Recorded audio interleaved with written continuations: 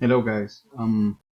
I got here the exercise number 4, solve the lab exercise for urinalysis.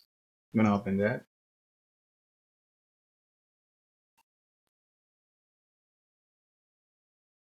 And then you can play the video for the exercise.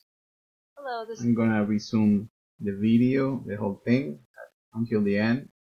Then you have 4 questions in your quiz. Let's see. I hope you found this video helpful, and if you have any questions at all on how to read your strips or anything about the product, you can reach out to us at info@medlabdiagnostics.org and we'll be happy to help. At the end of the video, you have 4 questions. You press take quiz now, and then you answer the 4 questions. Using the info from the video and your lab manual, you have to answer which is the normal color for urine. Should be pale yellow, right?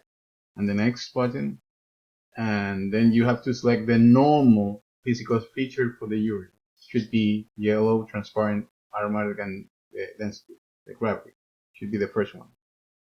Then the next question, it's about the normal content of the chemicals or cells in urine. Should be this one.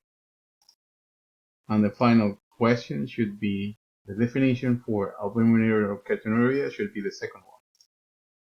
This one. And then you can get 100%. That's all. See you guys. This video.